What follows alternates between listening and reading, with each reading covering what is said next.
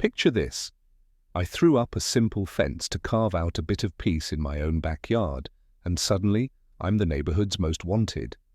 Marsha Billings, our HOA president, went full meltdown mode, screaming that my 6-foot wooden barrier was a personal assault on community spirit. She even dialed 911, as if I'd swiped her precious garden gnome and held it for ransom. Apparently, a few planks of wood are enough to unravel civilization itself. By the end, I was half-braced for the FBI to roll up and grill my begonias. If you've ever been dragged by an HOA for just trying to live your life, you're in good company here. Let me set the scene. About a year ago, I settled into Willowbrook Estates, dreaming of my cozy suburban haven. The houses were picture-perfect, the lawns trimmed with surgical precision. Pure bliss, right? Wrong. That tranquility came with a catch: total surrender to Marsha Billings, the HOA queen with more power trips than a faulty fuse box. She ran this place like her own private fiefdom, and I should have clocked the warning signs when she marched to my door 3 days after I moved in, clipboard in hand, lecturing me about my patio furniture like it was a war crime. Stick around, because this story's about to get wilder. And which city in the United States are you watching from? Drop a comment and share with us if you've had any run-ins with your HOA. We'll narrate your story on our channel. Was aesthetically inconsistent with neighborhood standards, my crime having wooden chairs instead of approved wicker ones. The real trouble started when I decided to build a fence around my backyard. I'm an urban planning researcher, which means I know property rights, zoning laws, and building codes like the back of my hand. When I applied for my fence permit, I made sure everything was absolutely perfect. 6 feet tall, cedar privacy fence, properly set back from property lines, meeting every single city requirement the city approved it without a single question, and I had all the paperwork to prove it. The fence wasn't just about privacy. My backyard faced directly toward Marsha's house, and this woman had a habit of watching everything that happened in the neighborhood, like she was running surveillance operations. I couldn't water my plants without feeling like I was being monitored and evaluated. The final straw came when she reported me to the HOA for leaving my garden hose coiled incorrectly after watering my tomatoes. Construction started on a beautiful Monday morning in late spring. Everything was going smoothly until around 10:30 when I heard the unmistakable sound of heels clicking aggressively across pavement. I looked up to see Marsha Billings marching toward my property like she was leading a one-woman invasion force. She was wearing one of her signature floral dresses, and her face was already flushed with indignation. "Excuse me, Angelina, but what exactly do you think you're doing here?" I straightened up from where I'd been supervising the post-installation and turned to face her. "Good morning, Marker. I'm building a fence around my property. I have all the proper permits.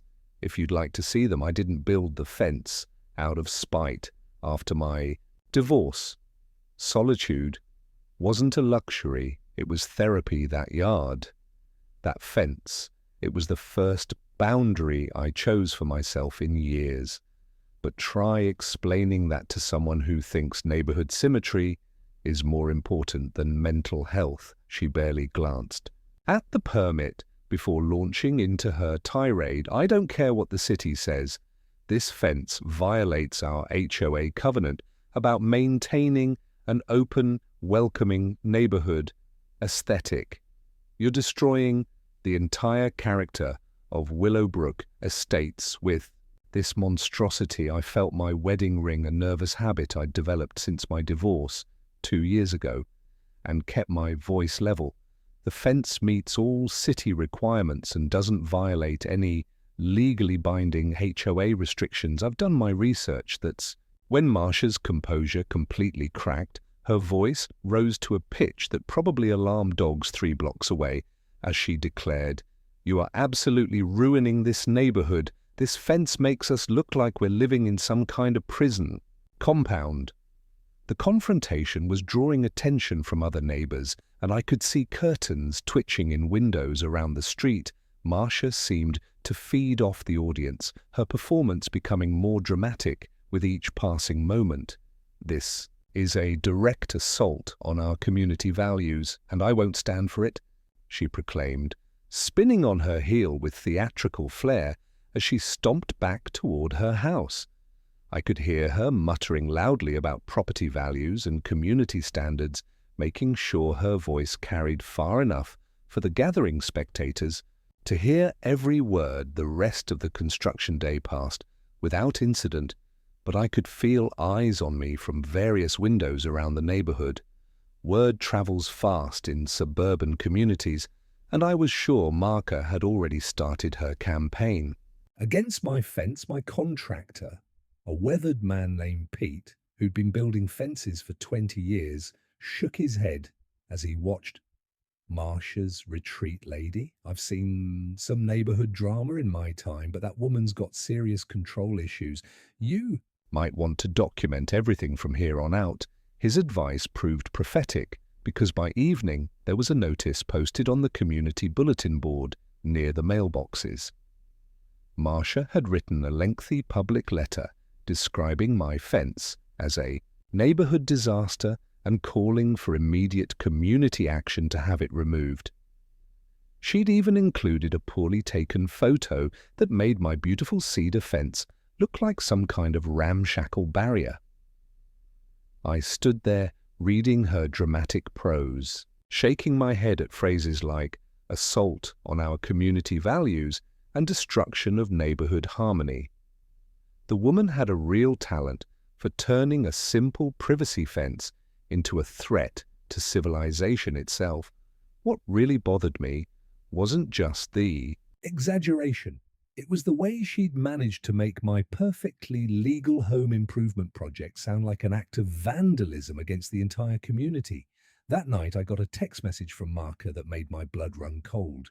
"You're going to regret this fence, Angelina. I'm having it inspected tonight, and I guarantee we'll find violations." I stared at that message for a long time, wondering what kind of person threatens their neighbor over a legal fence. As I looked out my kitchen window at the partially completed structure, I realized this wasn't just about building codes or neighborhood aesthetics.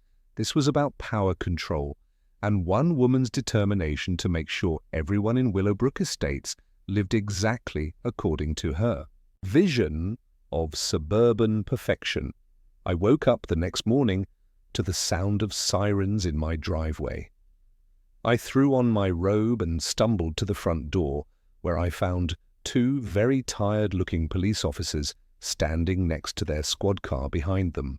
Marka Billings stood on my sidewalk, wearing a conservative navy blazer over a white blouse designed to make her look like a responsible citizen. Dealing with neighborhood criminals, she was practically vibrating with self-righteous energy as she pointed dramatically at my fence. "Officers, thank you so much for coming," Marcia was saying in her most saccharine voice. As I explained on the phone, "This woman has constructed an illegal structure that's violating multiple city codes and endangering our entire community." The older officer turned to me with an expression that suggested he'd dealt with HOA disputes before. "Ma'am, we need to see the permits for this fence construction." I nodded and returned with my folder of documentation. "Here's the city permit, the contractor's license, the property survey, and the approved architectural plans," I said, handing over the papers.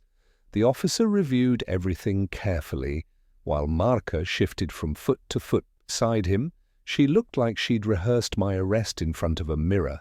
After several minutes, he handed my papers back and turned to Marka with a distinctly unimpressed expression. "Ma'am, this fence is completely legal and properly permitted. There are no violations here." Marcia's face went through several interesting color changes as she processed this information. "But it's destroying our neighborhood. Surely there must be something wrong with it." The younger officer shook his head. It's actually a really nice fence, good craftsmanship, proper installation, well within code requirements as the cruiser pulled away.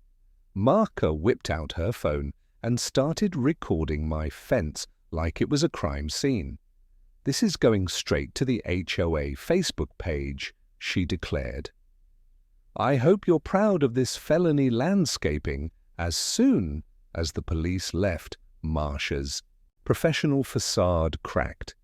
Completely, "This isn't over, Angelina," she shouted across my yard. "I'm calling an emergency HOA meeting for tonight, and we're going to address this problem properly."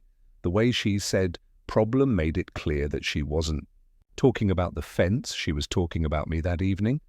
I walked into the community center, expecting a small gathering of concerned neighbors. Instead, I found what looked like a town hall meeting. During a zombie apocalypse, Marsha had apparently spent the entire day rallying the troops because nearly every resident of Willowbrook Estates was packed into that room. She'd positioned herself at the front like a general addressing her army, complete with a gavel that she wielded with unnecessary drama. "Ladies and gentlemen," Marka began, her voice carrying the weight of someone announcing a national emergency, "we are gathered here tonight to address a serious threat to our community's integrity and property values." She gestured toward me like I was carrying a communicable disease. "Angelina Henderson has constructed a fence that violates the spirit of our neighborhood covenants and threatens the open, welcoming atmosphere that makes Willowbrook Estate special." I looked around the room at my neighbors' faces, seeing confusion, curiosity, and in some cases what looked like embarrassment at being dragged into this drama. Marka continued her presentation by pulling out posterized photographs of my fence, but as I looked at them more closely, something seemed off. The images showed my fence looking crooked and poorly constructed, with obvious gaps between the boards and what appeared to be sloppy installation work. I stood up from my seat in the back of the room. "Excuse me, Marka, but those photos have been altered. If you look closely, you can see where sections have been cut and pasted to make the fence appear defective." A murmur went through the crowd as people leaned forward to examine the images more carefully. Sure enough, there were clear editing marks where Marsha had digitally manipulated the photos to support her narrative. The discovery of the fake photos sent a ripple of uncomfortable whispers through the room. Several neighbors started questioning Marsha's presentation, and I could see her confidence beginning to crack under the scrutiny.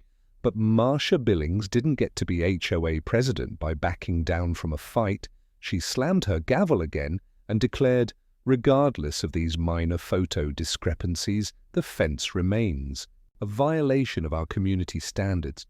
Then she delivered her masterstroke. "Therefore, I'm imposing an immediate fine of $500 on the Henderson property with additional daily penalties of $50 until the fence is removed."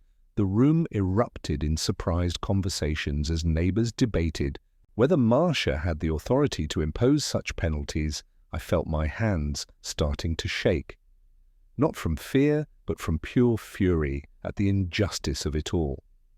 $500 was a significant amount of money, and the threat of daily penalties could quickly become financially devastating. I stood up again, my voice steady despite my anger. "This fine is completely arbitrary and has no legal basis. The fence meets all requirements and doesn't violate any enforceable HOA restrictions." But Marka just smiled that cold smile of hers and said, "The fine stands. You have 30 days to comply or face additional penalties." I left that meeting feeling like I'd been mugged by my own neighborhood association. As I walked across the parking lot, I heard footsteps behind me and turned to find Jared Manning catching up.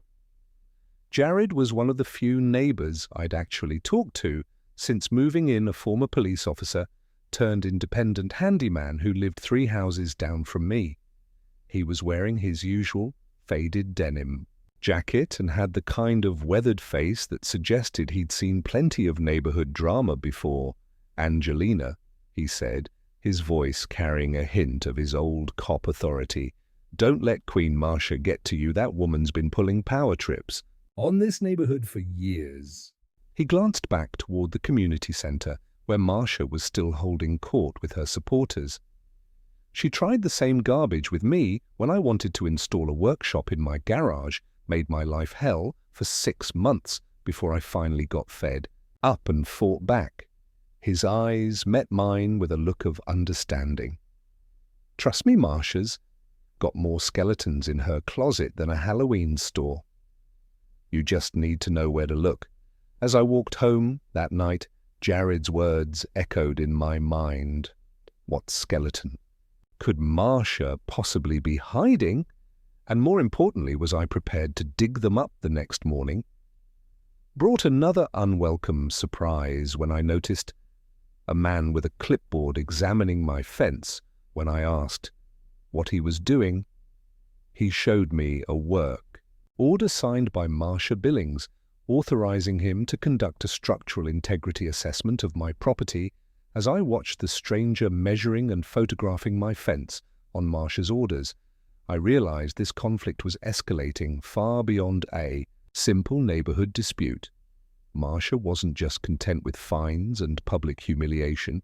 She was actively looking for ways to have my fence declared unsafe or non-compliant. The implications were clear. This was becoming personal, and she wasn't going to stop until one of us backed down. By Thursday morning, I'd had enough of playing defense. If Marcia wanted to turn my fence into a neighborhood controversy, then it was time to fight fire with fire. That's when Bianca Franklin knocked on my door looking like she'd rather be anywhere else in the world. Bianca worked at the local coffee shop and had always seemed friendly enough, though I'd noticed her nodding along enthusiastically with everything Marcia said at the HOA meeting. She stood on my doorstep wearing her usual jeans and coffee-stained t-shirt, fidgeting with her phone and avoiding eye contact. "Angelina, I owe you a huge apology," she began, her words tumbling out in a rush. "I've been thinking about that meeting and what Marcia is doing to you isn't right. I mean, I know I supported her before, but those fake photos, that's just wrong." She took a deep breath and looked directly at me. "For the first time, I took some pictures yesterday that I think you need to see." Bianca pulled out her phone and showed me a series of images she'd captured of Marcia at the local print shop. The photos clearly showed Marcia working with an employee to create enlarged, manipulated versions of my fence photos, complete with digitally added defects and distortions. I was getting coffee next door when I saw her through the window.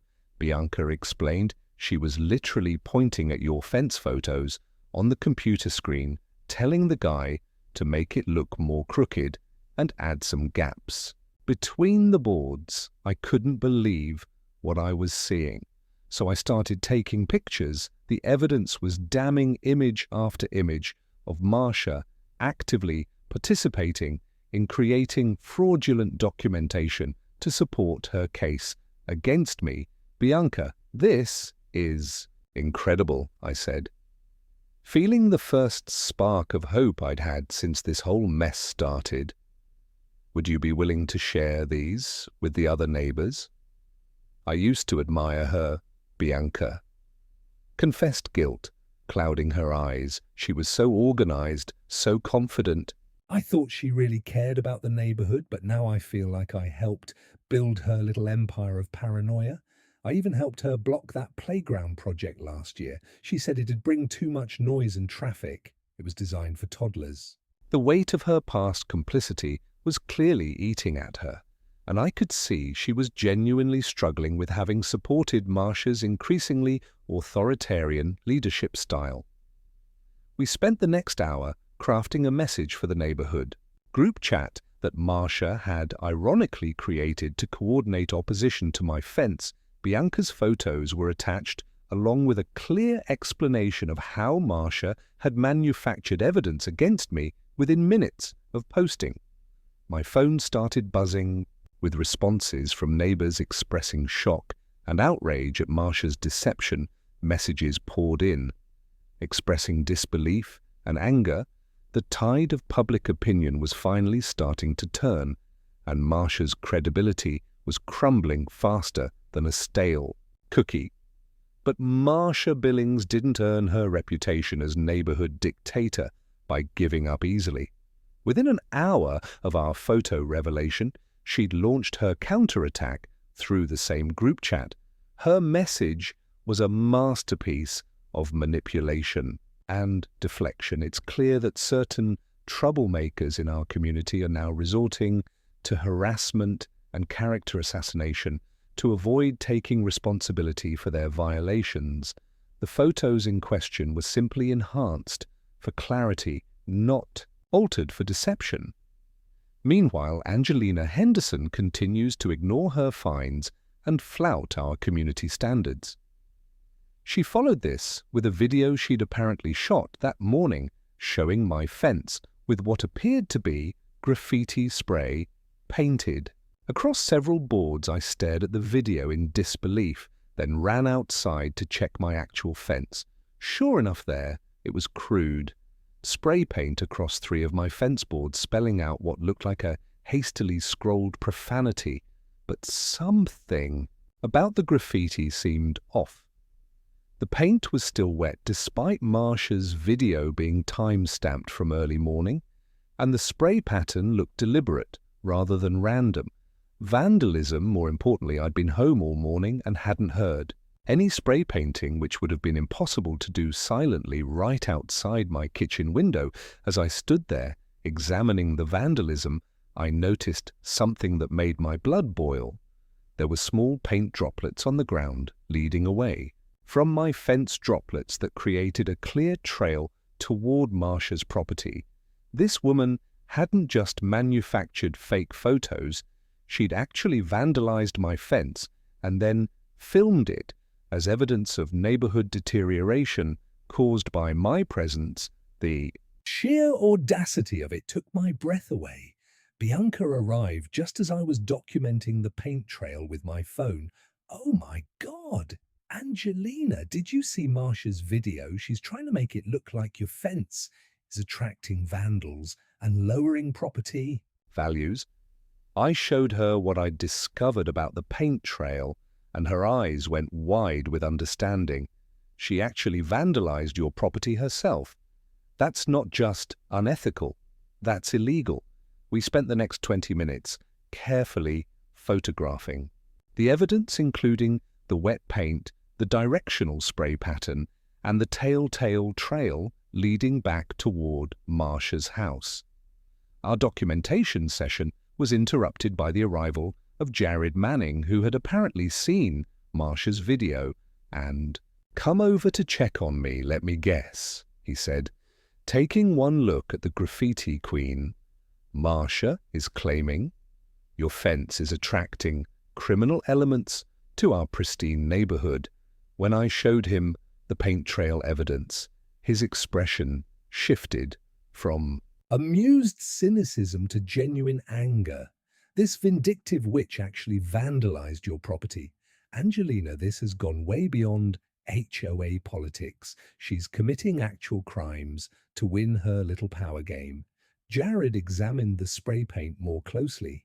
His old police training kicking in. What's really stupid about this? She used the wrong kind of paint for random vandalism. This is the exact same brand and color as the spray paint they sell at Henderson's Hardware, which happens to be owned by Marsha's ex-Rowan-in-law. She probably bought it yesterday, thinking she was being clever. The 3 of us posted our counter-evidence to the group chat, including photos of the paint trail close-ups of the still wet paint and Jared's professional assessment of the vandalism's suspicious characteristics. The neighborhood response was swift and decisive. Neighbors who'd been on the fence about the whole controversy were now firmly in my camp, outraged by Marsha's escalating deception and criminal behavior. Several people shared their own stories. of Marsha's past manipulations and power trips, creating a growing chorus of discontent with her leadership. But even as I felt vindicated by the community's support, I couldn't shake the feeling that Marsha wasn't done with her attack that evening. As I cleaned the spray paint off my fence, I overheard her on her phone in her backyard, speaking in hushed, urgent tones. "I need you to revoke that permit tomorrow morning," she was saying to someone. "This woman is making me look like a fool and I won't stand for it." Friday morning brought what I'd come to expect from my new reality, another crisis, courtesy of Marsha Billings. This time she'd called an emergency neighborhood meeting through our group chat, claiming she had urgent information about permit violations that threaten our entire community. The meeting was set for 7 p.m. in the community center, which gave me exactly 9 hours to prepare for whatever fresh hell she was planning to unleash Bianca, and I spent the morning developing our strategy in my kitchen, surrounded by printed screenshots of our group chat conversations and Bianca's photos from the print shop. "We need to go on the offensive," I said, spreading the evidence across my dining table like a detective working a case. Marsha's been playing defense since the fake photos were exposed, but she's about to launch another attack. We need to expose her pattern of deception before she can spin whatever story she's planning. Bianca nodded eagerly, her coffee shop experience apparently having prepared her well for tracking neighborhood drama and gossip. "I've been thinking about what Jared said about Marsha having skeletons in her closet," Bianca said, pulling up something. On her phone, I started going through the HOA financial records that are supposed to be publicly available to all homeowners, and most of them are posted online, but some of the recent expense reports are interesting. She showed me a series of budget line items that caught my attention immediately. There were multiple payments to neighborhood enhancement services and community standards, consulting vague categories that could mean anything or nothing. As we dug deeper into the financial records, a pattern began to emerge. Many of the mysterious payments corresponded with times when Marsha had imposed fines on various homeowners. It looked suspiciously like she was using HOA funds to pay for her enforcement activities, possibly including the fake photo creation and other harassment tactics. "Bianca, this is huge," I said, feeling pieces of a larger puzzle clicking into place. "If we can prove that Marsha's been misusing HOA funds for personal vendettas, we've got her dead to rights. These files, half the signatures are digital cut and paste." Jared muttered, eyes narrowing as he arrived with his laptop and joined our investigation. "Look at this same stroke pattern across multiple documents. It's not even a good Photoshop job," he pulled up several violation notices from the past year, comparing the signature lines with forensic precision. "See how the M in Marsha has that identical little hook at the bottom? That's because she copied and pasted the same signature onto dozens of different documents. She's been forging her own signatures to make it look like she's following proper procedures." Our investigation was interrupted by a knock at my front door. I opened it to find a city inspector standing on my porch with an official-looking clipboard and a very apologetic expression. "Miss Henderson, I'm sorry to bother you, but I've received a complaint about potential permit violations regarding your fence construction. I need to conduct a re-inspection to verify compliance with city codes." My heart sank as I realized Marsha had succeeded in getting my permit questioned, but I maintained my composure and invited the inspector to examine my fence thoroughly. 20 minutes later, the inspector finished his examination and turned to me with a confused expression. "Miss Henderson, I have to ask, who filed this complaint? Because this fence is not only compliant with all city codes, it's actually better constructed than most residential installations. I see the complaint mentions structural defects, improper setbacks, and substandard materials, But none of those issues exist here. He showed me the complaint form, and there it was. In black and white, Marsha Billings had filed an official complaint with the city making false claims about my fences, construction and safety. Armed with the inspector's report and our financial evidence, Bianca and I prepared for the evening's confrontation. But we had one more surprise in store. During our morning research, Bianca had remembered something that could change everything. Angelina, I just remembered a few weeks ago when I was still going along with Marsha's drama. I was at her house, helping her prepare flyers for some HOA initiative. She got a phone call and went into the next room, but she left her phone on speaker by accident. I could hear the whole conversation, and she was definitely talking to someone about manipulating homeowner complaints and finding ways to force people out of the neighborhood. She pulled up her phone and showed me a voice recording that was nearly 10 minutes long. I didn't think much of it at the time because I was still buying into her whole protecting property values narrative. But now that I know what she's really like, I realize what I was hearing. The thing is, I actually recorded part of it on my phone because I was taking notes for the flyers and had my voice memo app running. We listened to the recording together, and it was even better than I'd hoped. Marsha's voice was clearly audible, discussing strategies for making difficult homeowners uncomfortable enough to leave and finding creative interpretations of violations, most damning of all. She specifically mentioned her plan to handle the Henderson situation by escalating pressure until she gives up and moves away.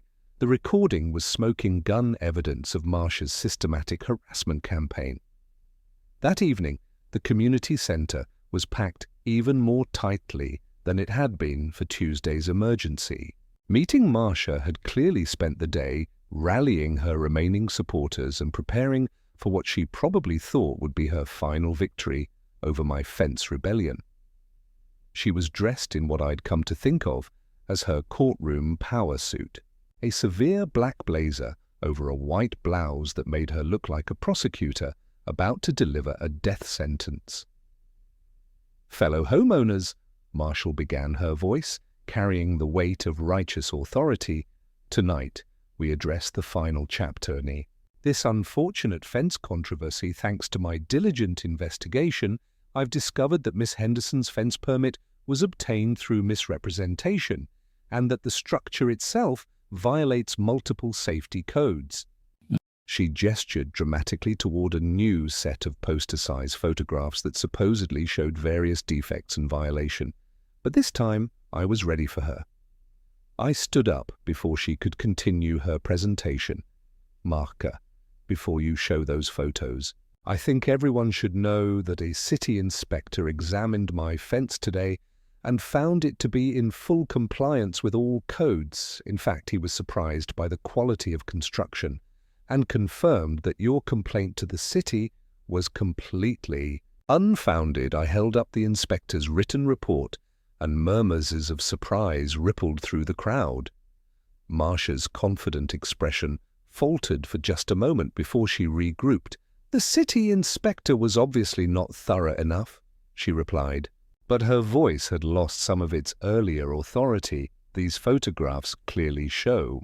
"Actually, Marsha," Bianca interrupted, standing up with her phone in hand, "before you show us more fake photos, maybe everyone should hear something else."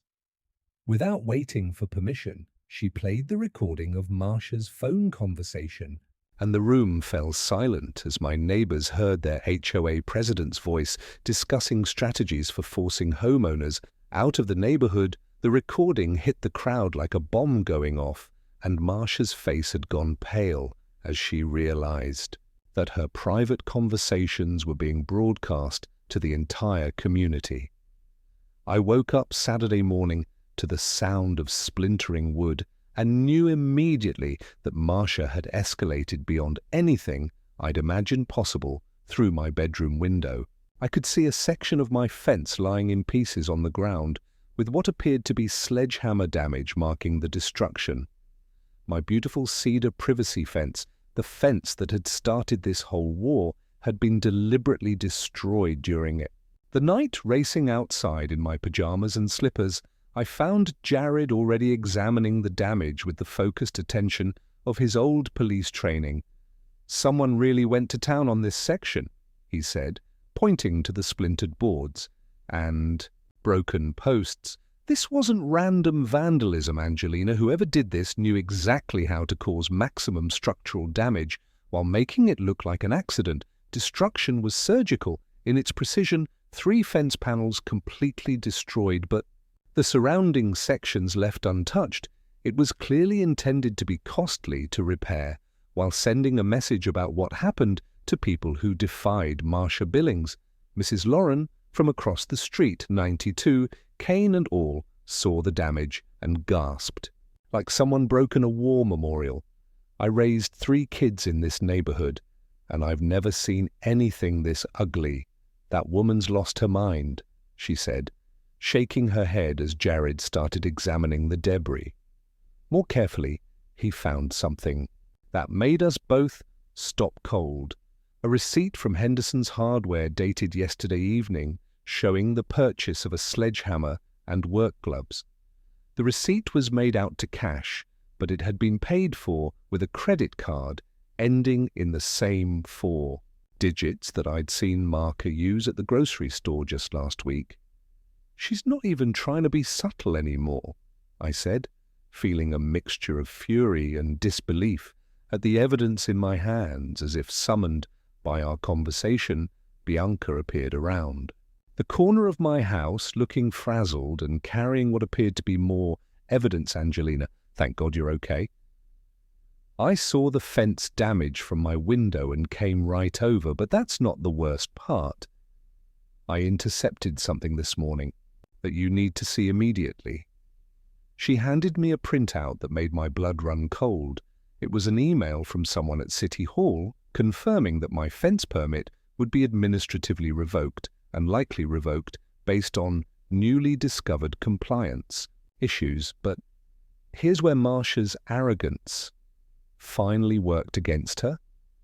As Bianca and I read through the email more carefully, we noticed something important. The sender's address wasn't from the official city domain. It was from a personal email account belonging to someone named David Kramer. A quick internet search revealed that David Kramer had been fired from the city planning department 6 months ago for accepting bribes from developers. Marsha hadn't just found a corrupt contact, she'd found someone with no actual authority to revoke anything. She's been lying about her City Hall connections, I realized, feeling pieces of the puzzle falling into place. Our investigation was interrupted by the arrival of several neighbors who'd seen the fence damage and come over to check on me. Word spread quickly through the group chat about the overnight destruction, and within an hour, nearly a dozen homeowners had gathered in my backyard to examine the evidence and express their outrage. The sledgehammer receipt, the fake city email, and the surgical precision of the damage had convinced even Marsha's former supporters that things had gone too far. "This is criminal vandalism," declared Mrs. Patterson from 2 streets over, a retired teacher who'd always seemed neutral in neighborhood politics. The mood shifted dramatically when Marka herself appeared at the edge of my property, dressed in her weekend casual outfit, but carrying herself with the same imperious authority she displayed at HOA meetings. "I heard about the vandalism to your fence, Angelina," she said, with what sounded like forced sympathy. "It's terrible when random criminals target our peaceful neighborhood. I hope the police catch whoever did this." The sheer audacity of her performance left several neighbors speechless, but I was ready for her. "Actually, Marka, I think we've already identified the criminal," I replied, holding up the sledgehammer receipt. "Funny how the receipt for the hammer used to destroy..." "My fence has the same credit card digits you used at the grocery store last week," but her protest fell on deaf ears as more neighbors examined the evidence and shared their growing suspicions about Marsha's recent behavior The tide had turned completely, and everyone could see it except Marcia herself. In a desperate attempt to regain control, she played what she thought was her trump card. "Well, it doesn't matter anyway," she announced, with forced confidence, "because I've been in contact with City Hall and Angelina's permit is being revoked. Tomorrow morning the fence will be coming down, whether it's damaged or not." That's when Bianca stepped forward with her phone, pulling up the fake email from David Kramer. "You mean this contact at City Hall? Marcia, the one who was fired 6 months ago for taking bribes." Sunday morning brought what felt like the calm before a very dramatic storm. Word had spread through the neighborhood about yesterday's fence destruction and Marcia's spectacular meltdown, and my phone had been buzzing all morning with messages from neighbors expressing support and calling for an emergency HOA election. The movement to remove Marcia from power had taken on a life of its own, and I found myself reluctantly being drafted as the candidate most likely to defeat her. The emergency election had been called for 2 p.m. in the community center, which gave us exactly 4 hours to prepare our case and organize our supporters. At exactly 2 p.m., the community center was packed with nearly every homeowner in Willowbrook Estates. The atmosphere was electric, with tension and anticipation as neighbors filed in, many of them carrying printed copies of the evidence we'd been sharing. Through the group chat, Marcia was already positioned at the front of the room, dressed in her most authoritative business suit, and flanked by the few supporters she had left. The meeting began with a formal presentation of the evidence against Marcia's leadership, including the fake photos, the financial irregularities, the recorded phone conversation, the sledgehammer receipt, and the fake city email. Each piece of evidence was presented methodically, building an overwhelming case of corruption and abuse of power that left even Marcia's supporters looking uncomfortable when it was Marcia's turn to defend herself. She launched into what can only be described as a desperate performance art piece. "Everything I've done has been for the protection and betterment of this community," she declared, her voice rising to operatic levels. I stood at the front, holding up a manila folder. "These are not just mistakes, they're targeted attacks disguised as policy." I held up a blown-up photo of the fake graffiti, then the receipt, then the audio transcript. How many more lies do we have to catalogue before we ask her to leave? But her most shocking moment came when she produced what she claimed was proof of her vindication. "I've been in contact with legitimate city officials who have confirmed that Angelina's fence permit will be officially revoked tomorrow morning," she announced, holding up what appeared to be another official document. "This entire controversy will be resolved when her illegal fence is finally removed." The room buzzed with concerned murmurs until Bianca stood up with her phone already recording. "Actually, Marca, would you like to explain why your legitimate city official is calling you right now?" Bianca asked, holding up her phone to show an incoming call display. The timing was absolutely perfect. Marcia's face went white as she realized that her fake city contact was calling during the middle of her presentation, completely undermining her claims of legitimate authority. But the real bombshell came when Bianca answered the call on speakerphone. David Kramer's voice filled the room as he said, "Marcia, I need that final payment we discussed, or I can't send you any more fake city documents. The Henderson fence thing is getting too much attention and I'm worried about getting caught." The election itself was almost anticlimactic after Marcia's spectacular self-destruction. When the votes were counted, I had won by a margin that surprised everyone, 43 votes to Marcia's 7, with 2 abstentions, the neighbors who'd supported her. Throughout, the fence controversy had finally seen enough evidence of corruption to change their minds, and several of them approached me afterward to apologize for their earlier support of her harassment campaign. But Marcia Billings wasn't going down without one final dramatic gesture as the meeting concluded and neighbors began filing out of the community center. She stood up and delivered what sounded like a supervillain monologue. "You'll regret this decision," she declared, pointing dramatically at the room full of people who'd just voted her out of power as she stormed toward the exit. Marcia paused at the door for one final parting shot.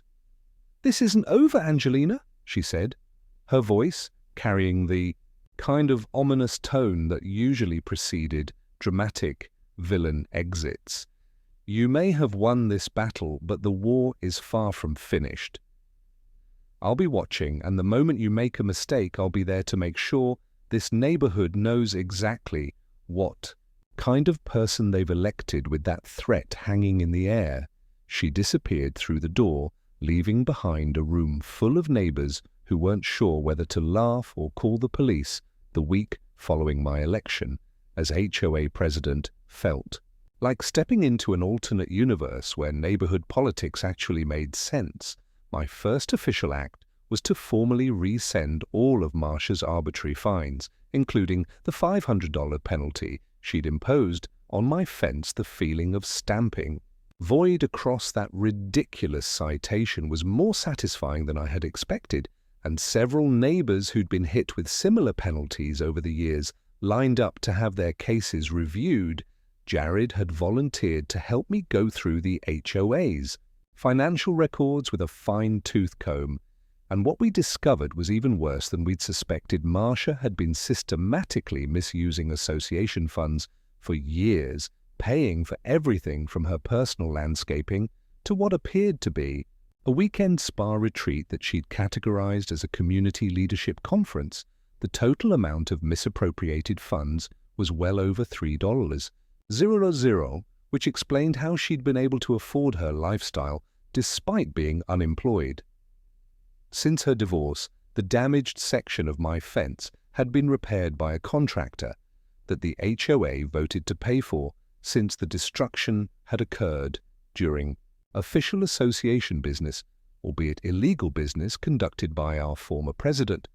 The new boards didn't quite match the weathering of the original fence, creating a visible reminder of the battle that had been fought over my right to privacy. But somehow, those mismatched boards made the fence even more meaningful to me, like scars that proved I'd survived something difficult. 3 weeks into my presidency, I was enjoying a peaceful Saturday morning coffee on my back patio when I noticed something that made my blood run cold. Carved into one of the new fence boards, hidden where it would only be visible from my side of the property, were the words, "See you soon." Scratched deep into the cedar, the message was clearly fresh, probably made sometime during the night, and it carried an unmistakable tone of threat and promise of future conflict. I called Jared and Bianca immediately, and within 20 minutes, both of them were examining the carved message with expressions of concern and anger. But when we tried to track down Marcia to confront her about the vandalism, we discovered that she'd apparently vanished from the neighborhood entirely. Her house was empty, with a for sale sign in the front yard and all the curtains drawn according to the real estate listing. The property had been put on the market just days after the election, suggesting that Marcia had been planning her exit strategy even before her final defeat that evening. I hosted the first neighborhood barbecue that Willowbrook Estates had seen in years. The idea had come from several residents who wanted to celebrate the end of Marcia's oppressive regime and rebuild the sense of community that had been lost during her reign of terror. Nearly every homeowner showed up, bringing food and drinks and stories about their experiences with HOA politics that ranged from hilarious to horrifying to Angelina's fence. Jared proposed raising his beer bottle in a toast, the wooden barrier that saved our neighborhood from tyranny. The crowd erupted in laughter and applause, and I felt a warmth that had nothing to do with the summer evening weather as the party wound down, and neighbors began heading home with promises to organize more gatherings. I found myself standing alone in my backyard, looking at my fence in the golden light of sunset. The mismatched boards told the story of everything we'd been through, and the carved threat reminded me that some battles leave permanent scars, but the fence was still standing. My property was still private, and my neighbors were no longer living in fear of arbitrary rules and vindictive enforcement. Bianca appeared beside me, carrying 2 leftover pieces of pie and wearing the satisfied expression of someone who'd helped right a significant wrong. "Do you think she'll really come back?" Bianca asked, glancing toward the carved thread on my fence. That message seemed pretty serious. I considered the question while finishing my pie, thinking about Marsha's parting words and her pattern of escalating behavior throughout our conflict. Honestly, I think she's too proud to let this go somewhere out there. She's probably planning her comeback and plotting revenge against everyone who stood up to her, as if summoned by our conversation. My phone buzzed with a message from an unknown number. "Enjoying your victory. Angelina, don't get too comfortable. Every queen needs her kingdom, and I'll be back to reclaim mine. The fence was just the beginning." I showed the message to Bianca, who immediately started taking screenshots for evidence, but instead of feeling intimidated by Marsha's continued threats, I found myself smiling as I looked at my fence, standing strong in the gathering darkness. "Let her come back," I said, surprising myself with the confidence in my voice. "We beat her once when we were unprepared and disorganized. Now we know exactly who she is and what she's capable of." I used to think fences were for keeping things out, but now I think they're for keeping peace in privacy, sure, but also identity align, drawn not in anger, but in healing. That fence was never about defiance. It was about not disappearing. As Bianca headed home, and I prepared to go inside, I took one last look at my fence battle, scarred but victorious, standing as a monument to the principle that sometimes you have to fight for your right to privacy and peace. The carved threat was still there, promising future conflict, but it no longer frightened me. Marsha had taught me something valuable during our war. Over this fence, bullies only have as much power as people are willing to give them, and once you refuse to be intimidated, they become nothing more than angry voices making empty threats tomorrow. Would bring new challenges as HOA president, and someday Marsha might make good on her promise to return. But tonight I was going to sleep peacefully in my own home, protected by my own fence, surrounded by neighbors who'd proven they were willing to stand up for what's right. Comments always make my day. So let me know, have you ever dealt with an HOA Karen who made your life miserable? What would you have done differently in my situation? And most importantly, do you think Marsha will actually follow through on her threats to return thanks?